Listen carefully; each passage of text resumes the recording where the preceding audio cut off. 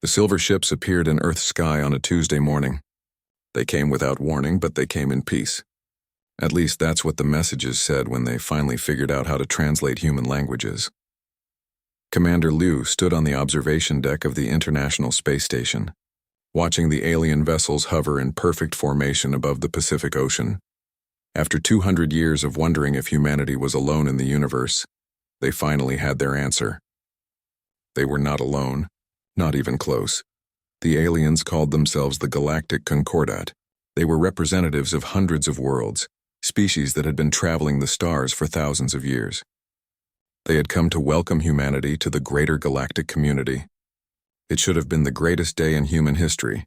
Kriath was the lead xenobiologist assigned to study Earth and its dominant species. She had done this job 43 times before, visiting new worlds and cataloging new species for the Concordat's vast archives. It was usually straightforward work. Most species fell into predictable categories. She floated in her analysis chamber aboard the survey ship, her tentacles moving across holographic displays as data about humans streamed past her eyes. Initial observations looked good. Humans were social creatures. They formed families and communities. They created art and music. They asked questions about the universe and sought answers through science. They had just developed faster-than-light travel on their own, which showed impressive intelligence. But Kriath was thorough. She always dug deeper. That's why she was the best at what she did. She began reviewing Earth's history, going back thousands of years. What she found made her skin change color with concern. Humans had been fighting each other for their entire recorded history. They had created weapons of incredible destruction. They had split atoms and turned that knowledge into bombs that could destroy entire cities. They had engineered diseases as weapons. They had survived ice ages, plagues, and natural disasters that would have ended most species. Kriath pulled up information about Earth itself. Her eyes widened. Earth was what the Concordat classified as a death world. The gravity was high compared to most inhabited planets. The weather was violent and unpredictable. The planet had more active volcanoes and earthquakes than almost any other known habitable world. The native animals were aggressive and dangerous, and humans had evolved here. They had climbed to the top of the food chain on this nightmare planet. She dug deeper into human biology.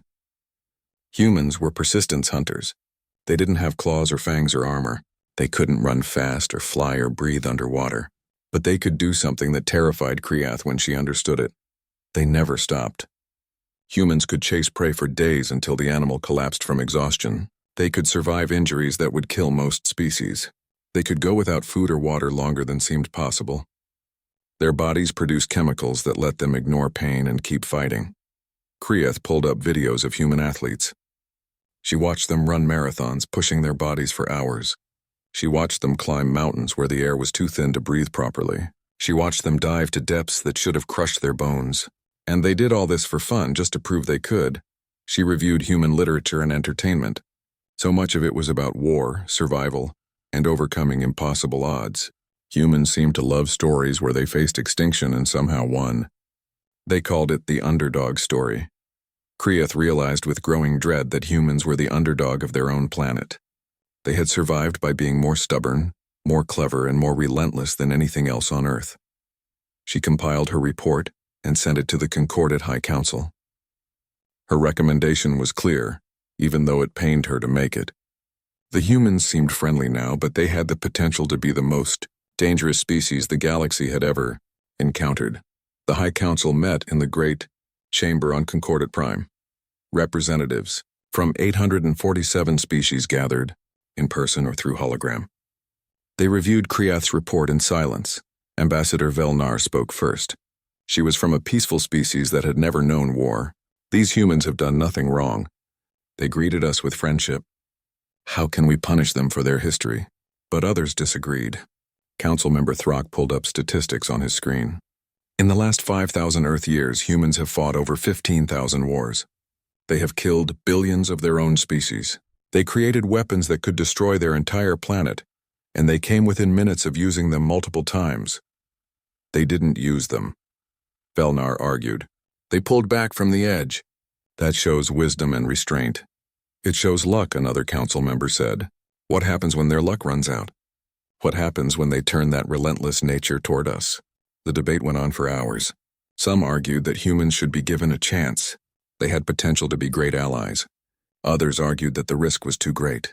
The galaxy had known peace for 20,000 years. Why threaten that for one new species? Finally, the vote was called. The chamber fell silent as the numbers appeared on the central display. 783 voted to classify humanity as red level, existential threat. Only 64 voted against. The decision was made. Humanity would be quarantined in their home system. They would not be allowed to leave. They would not be allowed to join the galactic community. For the safety of all other species, humans would remain isolated. When the news reached Earth, confusion turned to anger. Human leaders demanded explanations. They had done nothing wrong. They had greeted the aliens with peace and hope. And now they were being treated like criminals, locked away from the rest of the galaxy. President Martinez addressed the United Nations, her voice shaking with emotion. They judge us for surviving. They fear us because we refused to give up when our world tried to kill us. Is that a crime? Is being strong a sin? Scientists around the world pored over the classification criteria. They found that red level had only been used twice before in concordant history. Both times it had been for species that actively tried to destroy other civilizations. Humans weren't trying to destroy anyone. They just wanted to explore and learn. Commander Liu looked out at the concordant blockade forming around Earth's solar system. Massive ships took up positions near every jump point, every route that might lead away from the sun. Humanity was in a cage. A very large cage, but a cage nonetheless. In research labs and universities, a new question began to emerge. If the aliens were so afraid of humans, what did that say about humanity's potential? What could humans do that scared species who had traveled the stars for millennia? A small group of engineers and scientists began meeting in secret. They called themselves the Breach Initiative. If humanity was classified as dangerous, they reasoned, maybe it was time to find out why. Maybe it was time to show the galaxy what humans could really do when they set their minds to a problem. The galaxy had made its decision. It had locked humanity away. But as Kriath had noted in her report, humans were persistence hunters. They never stopped. They never gave up.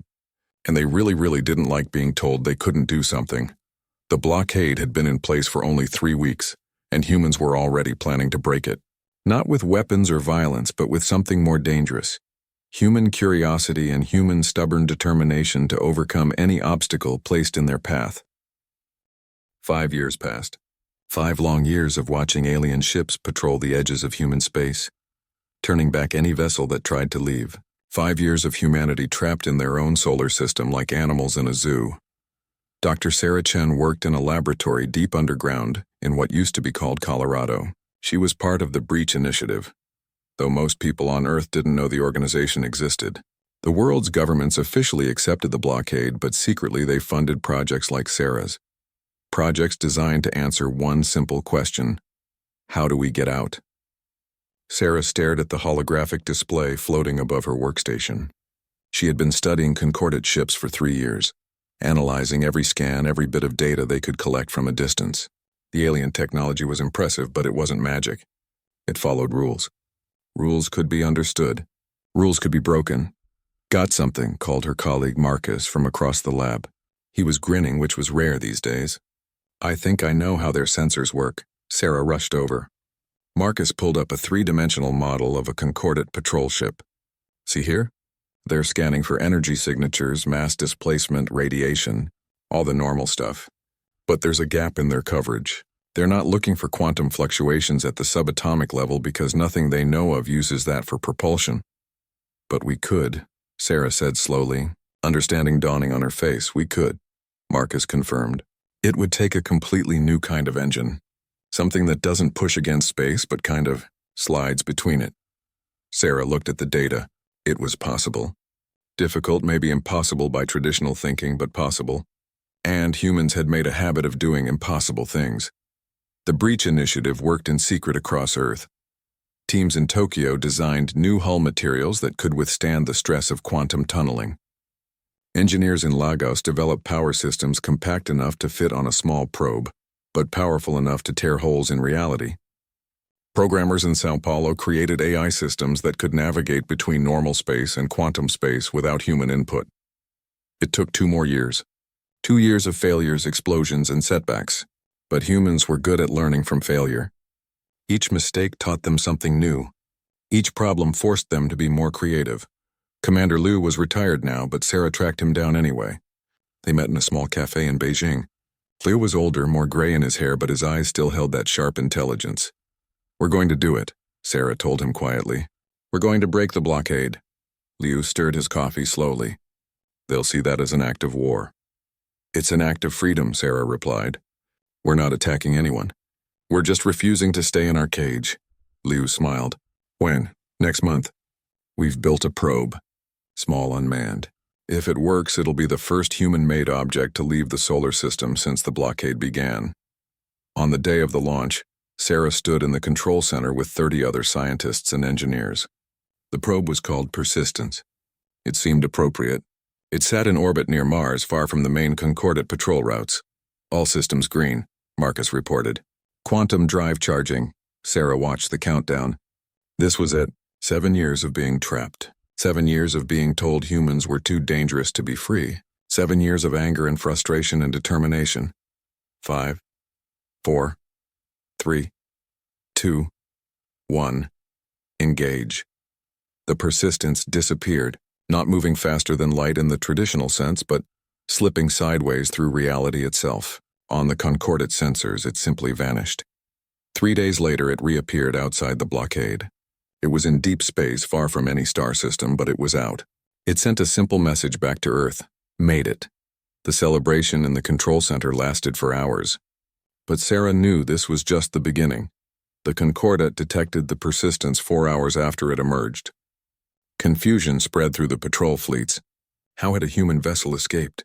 Their sensors showed nothing leaving the solar system. No energy signature, no mass displacement, nothing. Kriath was called to examine the data. She felt that familiar chill of concern as she reviewed the logs. The humans had found a gap in the Concordate's detection network. They had invented a completely new form of travel in just 7 years. 7 years. It had taken her people 5,000 years to develop faster than light travel, but there was more. The Persistence wasn't armed. It wasn't trying to attack anyone. It was simply broadcasting a message on all frequencies. We want to talk. We want to understand. You cannot cage curiosity. Ambassador Velnar heard the message and felt her heart break. She had voted against the red classification. She had argued that humans deserved a chance.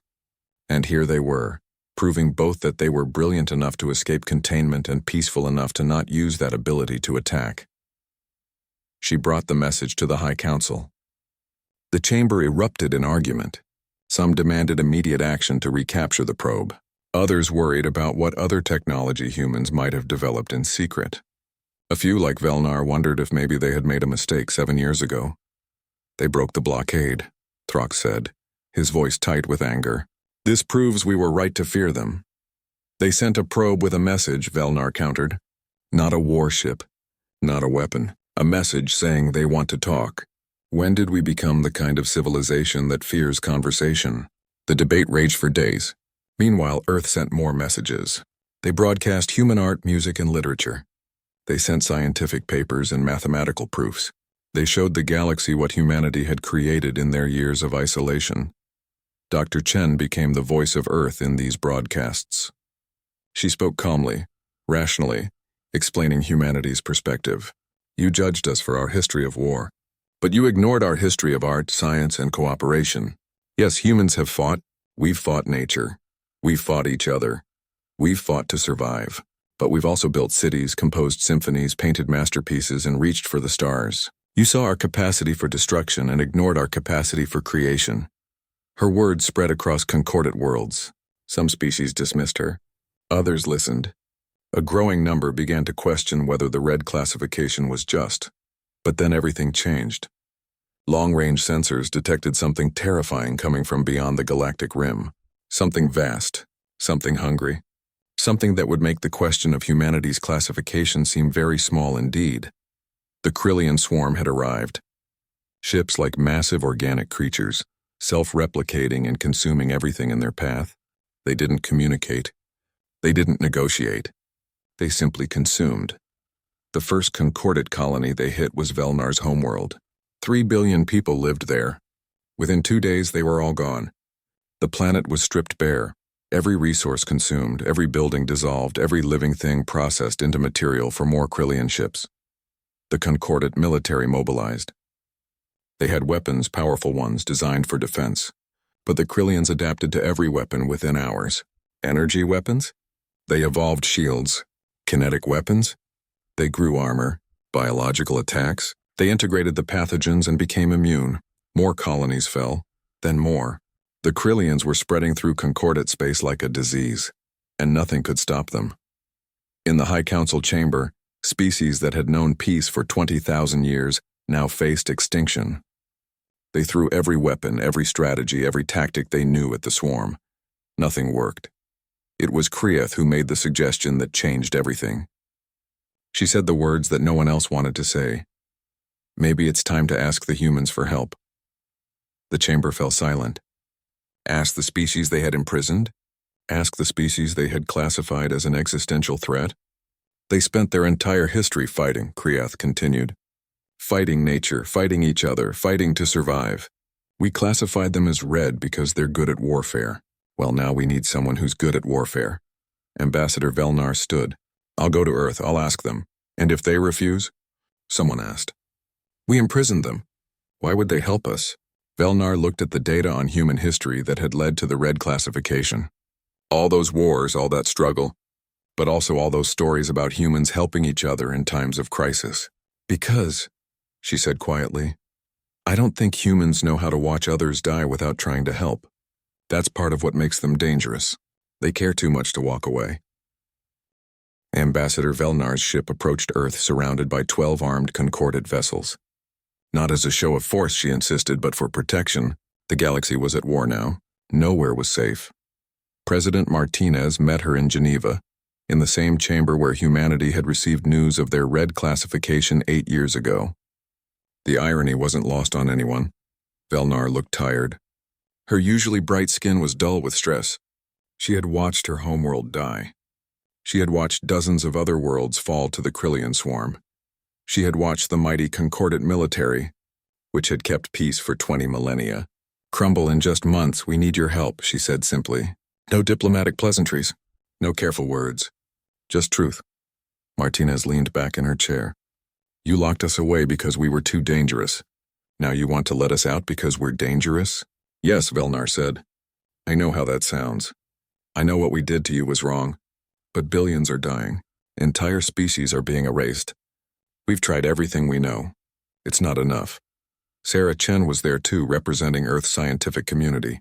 Tell us about them. These Krillians. Everything you know. Velnar displayed holographic images of the swarm. Massive organic ships that looked like a nightmare mixture of insect and deep-sea creature. They moved in coordinated groups, consuming planets and leaving dead rocks behind. They reproduce exponentially, Velnar explained. Every ship can create more ships using consumed matter. They adapt to our weapons in hours. We hit them with plasma cannons, and by the next battle they have plasma-resistant armor. We tried biological weapons, and they incorporated the pathogens into their own biology. They're learning from us. Marcus, who had helped design the persistence probe, studied the data. How do they communicate? There must be some kind of central coordination. We believe it's a hive mind, Velnar said. Quantum entanglement across their entire swarm. They share information instantly. Every ship knows what every other ship knows. Sarah and Marcus exchanged glances. Sarah turned to President Martinez. We can help. We should help. Martinez looked at her advisors. The military generals, the scientists, the diplomats. And if we do? What happens to our red classification after the war is over? Velnar hesitated. I can't promise anything. The council is divided, but I can promise that I'll fight for you, that I'll make sure the galaxy knows what you did. Martinez stood. We don't need promises. We'll help because it's the right thing to do. Send us all your data on the Krillians.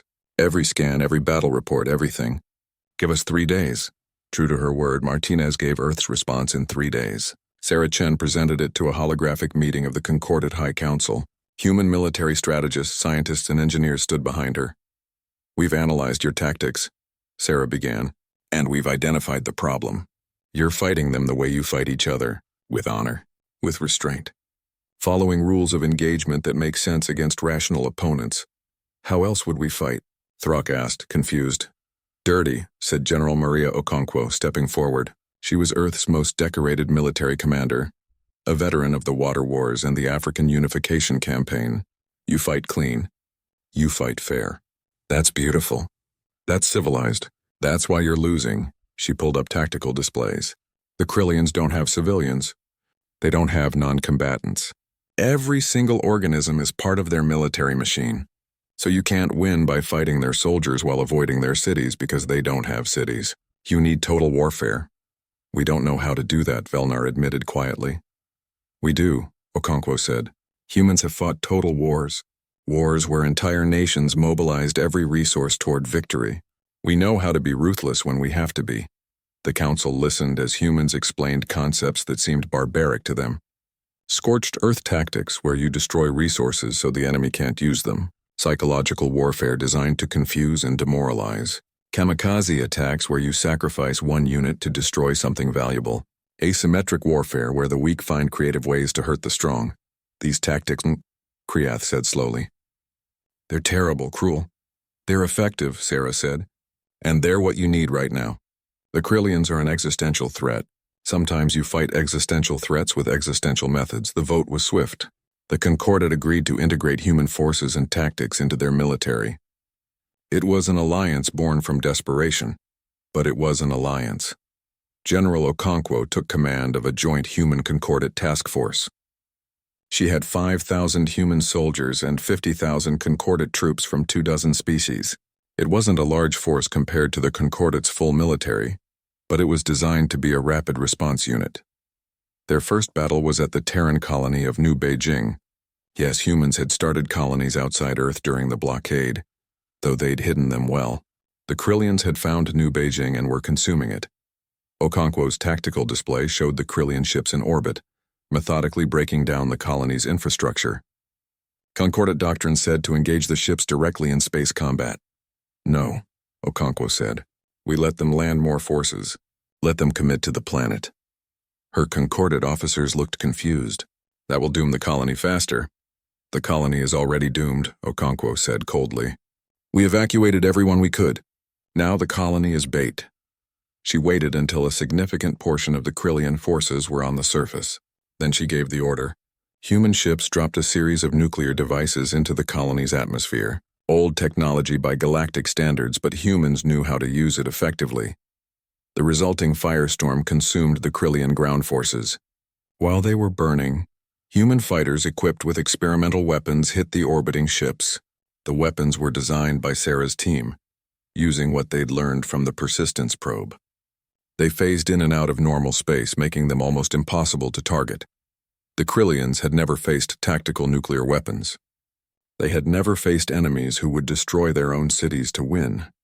They had never faced pilots who would ram their fighters into enemy ships when they ran out of ammunition. The Battle of New Beijing was brutal. 2,000 colonists died who couldn't evacuate. 300 of Okonkwo's troops were killed, but they destroyed an entire Krillian invasion force. It was the first significant Concordat victory in months. Word of the victory spread. Other Concordat commanders started requesting human advisors. Not to command their troops, but to teach them how to think differently, how to stop fighting fair. Dr. Chen worked with Concordat scientists on new weapons. One breakthrough came from studying the Krillian hive mind. If they shared information through quantum entanglement, what if you fed them bad information? Sarah's team created a virus, not biological but informational, a piece of corrupted data that would spread through the Krillian network like a disease. It was elegant and horrible at the same time. It would make them see threats that didn't exist, attack their own ships, waste resources on defenses against imaginary weapons. This is disturbing, Kriath said when Sarah showed her the design. You're giving them a kind of insanity. They're trying to exterminate every species in the galaxy, Sarah replied. I'm not losing sleep over making them confused. The virus was deployed through captured Krillian biomatter. Within days, reports came in of Krillian forces behaving erratically. Ships breaking formation, attacks on empty space. The swarm's perfect coordination was breaking down. The tide of the war began to turn. Slowly at first, then faster. Concordat forces, now armed with human tactics and weapons, started taking back territory.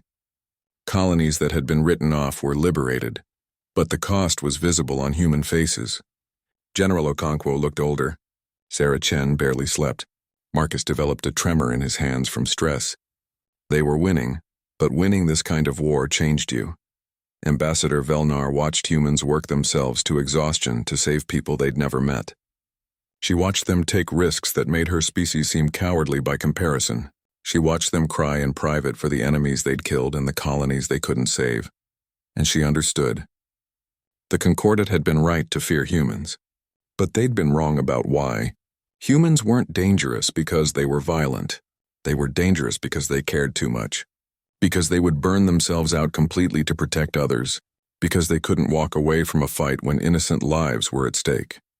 The Concordat had classified them as red because they were capable of terrible things. But they'd missed that humans were capable of terrible things because they were also capable of extraordinary compassion. Velnar filed a new report with the High Council. The war wasn't over yet, but she wanted them to understand what she'd learned.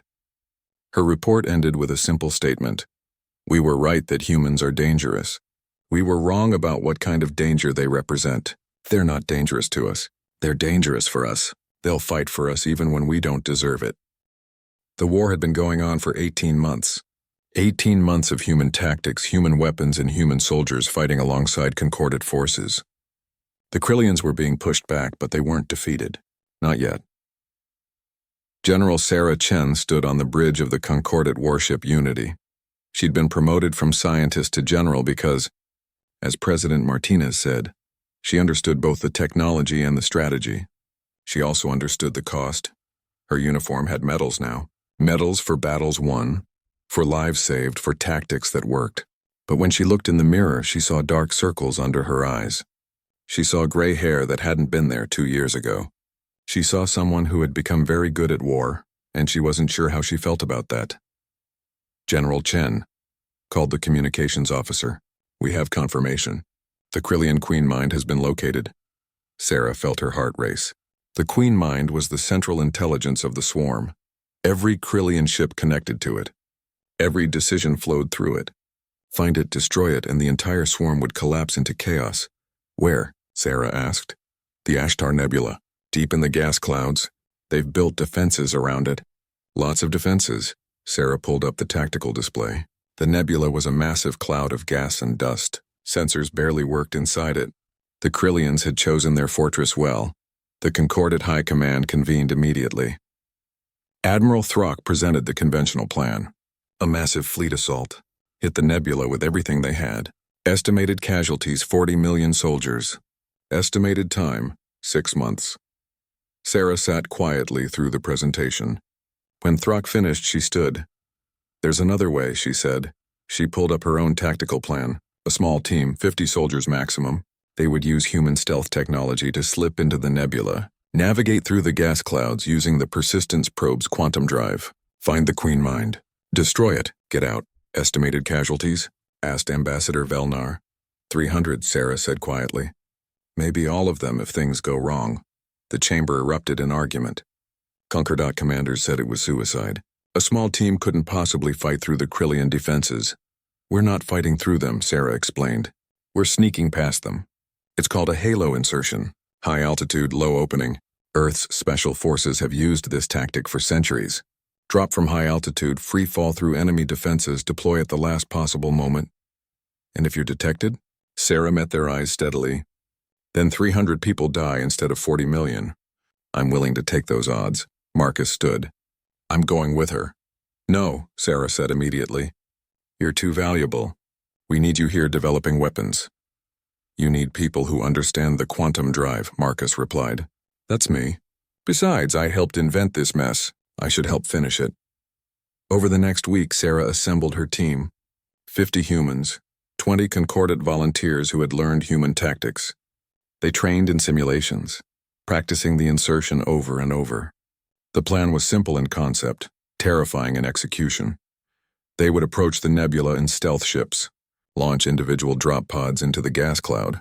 The pods would free fall for hundreds of kilometers, using the dense gas to hide their signatures. At the last moment, they would activate quantum drives to phase through the final defensive layers. Land on the Queen Mine structure. Plant explosives. Phase back out. Detonate. Simple. Suicidal. The best chance they had. The night before the mission, Sarah couldn't sleep. She found Marcus on the observation deck staring out at the stars. Having second thoughts? She asked. Third and fourth thoughts, Marcus admitted. But I'm still going. Why? Marcus was quiet for a moment. Because 8 years ago they locked us up for being dangerous. Now we get to show them what dangerous really means. We're dangerous to the things that threaten the galaxy. We're dangerous to the monsters. That's not something to be ashamed of. Sarah nodded slowly. I used to think I'd be a scientist my whole life. Discover new things. Publish papers. Maybe teach at a university. You're still a scientist, Marcus said. You're just applying your knowledge differently. I'm applying it to kill things. You're applying it to protect people. There's a difference. Launch day arrived. Sarah addressed her team one last time. 70 soldiers stood before her. Some were barely 20 years old. Others were veterans of a dozen battles. All of them knew the odds. The Concordat classified us as red because they thought we were monsters, Sarah said. Today we prove them right. We are monsters. But we're the kind of monsters that kill other monsters to protect innocent people. We're the nightmare that nightmares have. Let's show the Krillians what humanity does to existential threats. The team cheered. Not a civilized cheer, but a battle roar. The sound of humans preparing to do what they did best. Survive impossible odds and win anyway. The stealth ship slipped into the Ashtar Nebula. The gas was so dense that visibility dropped to almost nothing. Sensors were useless. They were flying blind, relying on Marcus's quantum navigation. Drop point in 5 minutes, Marcus called out. Sarah checked her equipment one last time. Tactical armor, weapons, explosives, a quantum beacon to phase out if things went wrong. Probably wouldn't work if things went really wrong, but it was comforting to have. Drop point in 3, 2, 1. Go, the pod's launched. Sarah felt the familiar sensation of free fall, but this time in complete darkness. The gas cloud rushed past her pod. She couldn't see it, but she could hear it. A roaring sound like falling through a waterfall. Sensors showed Krillian defenses all around them. Massive bioships patrolling. Organic weapon platforms tracking for intruders. But the pods were small and moving fast, hidden in the chaos of the nebula. Then the quantum drives activated. Reality twisted. For a moment, Sarah existed in 2 places at once, or maybe no places at all. Then she phased through the final defensive layer. Her pod slammed into something solid. The Queen Mine's structure. It looked like a massive organic cathedral. All twisted bone and pulsing flesh. Beautiful in a horrifying way. Sarah's pod opened. She stepped out onto the structure's surface with her team. Around her, other pods landed. Most of them. She counted 43 soldiers. 27 pods hadn't made it. Move, she ordered. No time to mourn. Not yet. They planted explosives at key structural points. Marcus identified the quantum entanglement nodes, the parts that connected the Queen Mine to the rest of the swarm. Those got special charges designed to create cascade failures. Alarms began to sound. The Krillians knew they were there. Biosoldiers began emerging from the structure. They looked like nothing Sarah had ever seen, all teeth and claws and armor. The battle was close quarters and brutal.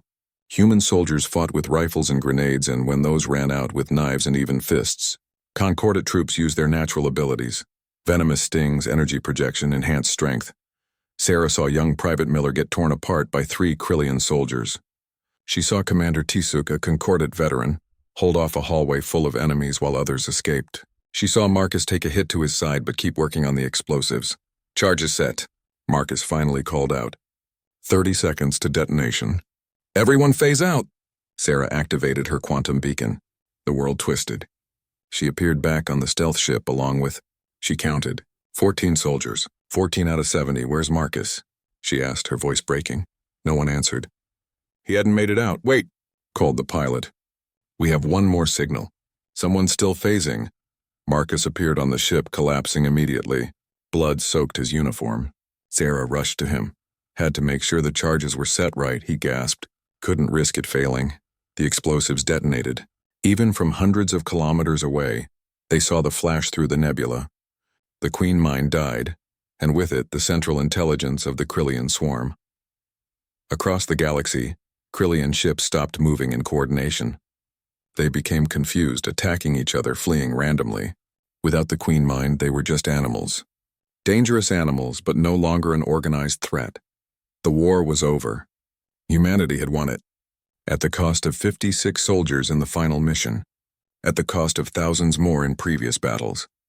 At the cost of Sarah's innocence, Marcus's health, and the peace of mind of every human who had fought. But they had won. The galaxy was saved. The Concordat High Council chamber was full.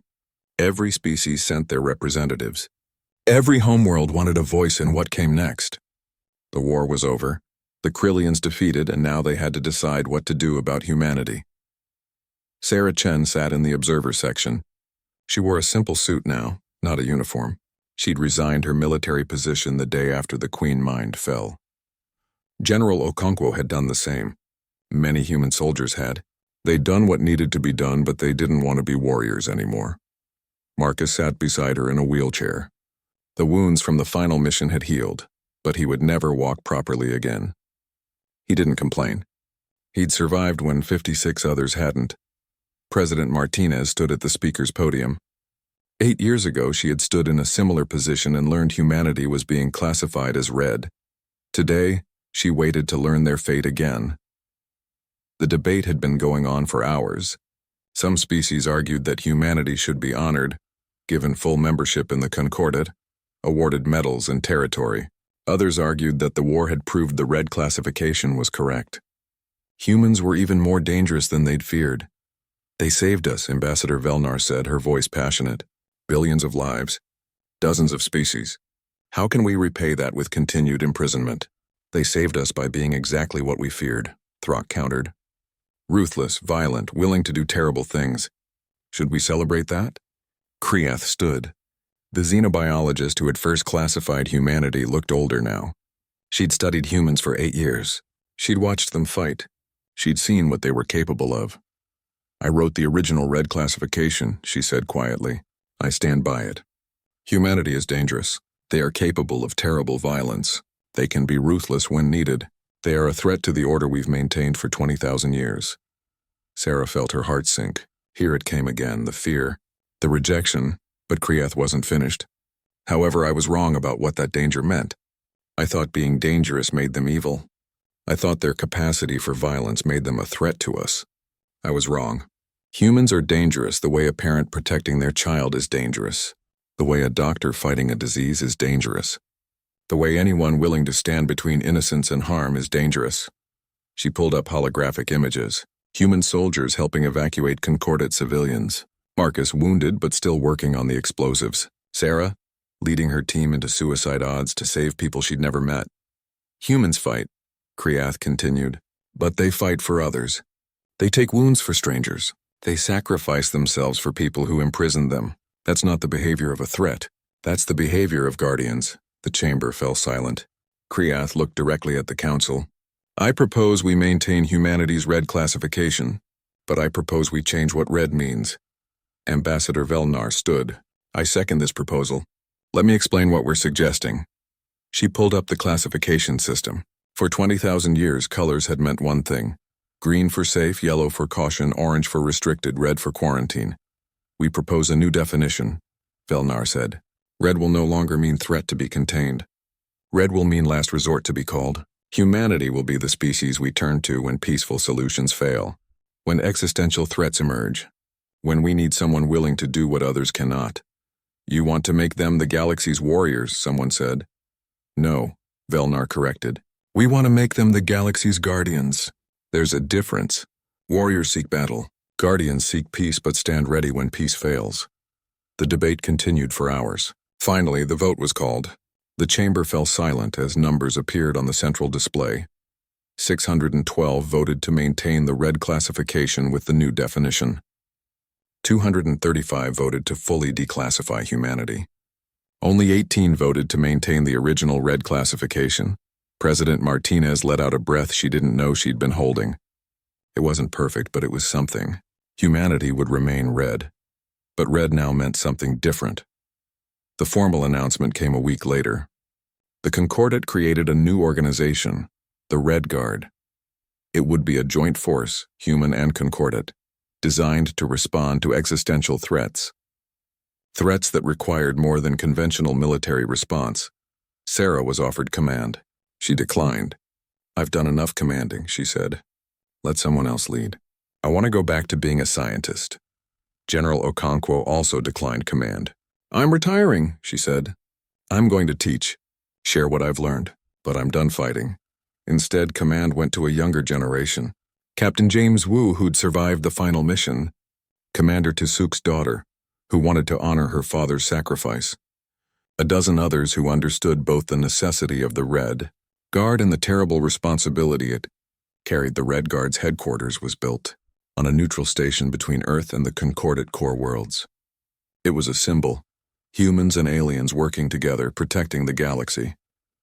Sarah returned to her laboratory. She went back to studying physics and developing new technologies. But now her work was shared freely with Concordate scientists. The walls between humanity and the galaxy were coming down. Marcus became a teacher at the new Concordate Human University. He taught quantum mechanics to students from a dozen species. His lectures always started the same way. "Let me tell you about the time we broke an unbreakable blockade." 3 years after the war ended, Sarah visited the memorial on Earth. It listed every human who had died fighting the Krillians, thousands of names. Young and old, soldiers and scientists, people who'd given everything. She found Marcus's name on the list. Not because he'd died, but because the wounds had ended his career. He'd sacrificed his future. The memorial honored all sacrifices, not just deaths. "Do you think it was worth it?" asked a young voice. Sarah turned. A teenager stood there, maybe 16 years old. She wore a Red Guard cadet uniform. "Worth what?" Sarah asked. "Everything we gave up. Everything we became. We're the galaxy's monsters now. The ones they call when they need violence. Is that worth it?" Sarah thought about the question. She thought about the billions of lives saved. The species that still existed because humans had been willing to fight. The children growing up on worlds that would have been consumed. "We're not monsters," Sarah said finally. "We're people who can do monstrous things when we have to. There's a difference. And yes, it's worth it. Being feared is a small price to pay for being able to protect others." The cadet nodded slowly. "I'm shipping out next month. Red Guard training." "My parents are terrified." "Good," Sarah said. "Being terrified of what you're capable of keeps you careful. It keeps you human. Never lose that fear. The day you stop being afraid of your own power is the day you become the thing we fought against." Years passed. The Red Guard responded to a dozen threats. A rogue AI on the rim worlds. A dimensional breach that leaked something horrible into normal space. A species experimenting with weapons too dangerous to exist. Each time, the Red Guard handled it. Carefully, professionally, with the minimum force necessary. The galaxy learned to trust them. Not because they weren't dangerous, but because they were dangerous and chose restraint. General Sarah Chen, now Professor Chen, gave a lecture at the Concordate Human University. Her topic, the responsibility of power. "For 8 years, we were imprisoned because people feared our power," she told her students. "Then we were freed because people needed our power." Both reactions missed the point. Power isn't good or evil. It's what you do with it that matters. She pulled up images of the Krillian War. "We did terrible things during that war. We killed without hesitation. We destroyed without mercy, and it was necessary. But necessary doesn't mean good. It means we chose the least bad option available." A student raised their hand. "Do you regret it?" Sarah was quiet for a moment. "I regret that it was necessary. I regret every death, even enemy deaths. But I don't regret our choice to fight. Sometimes the only thing worse than violence is refusing to use violence when innocents are dying."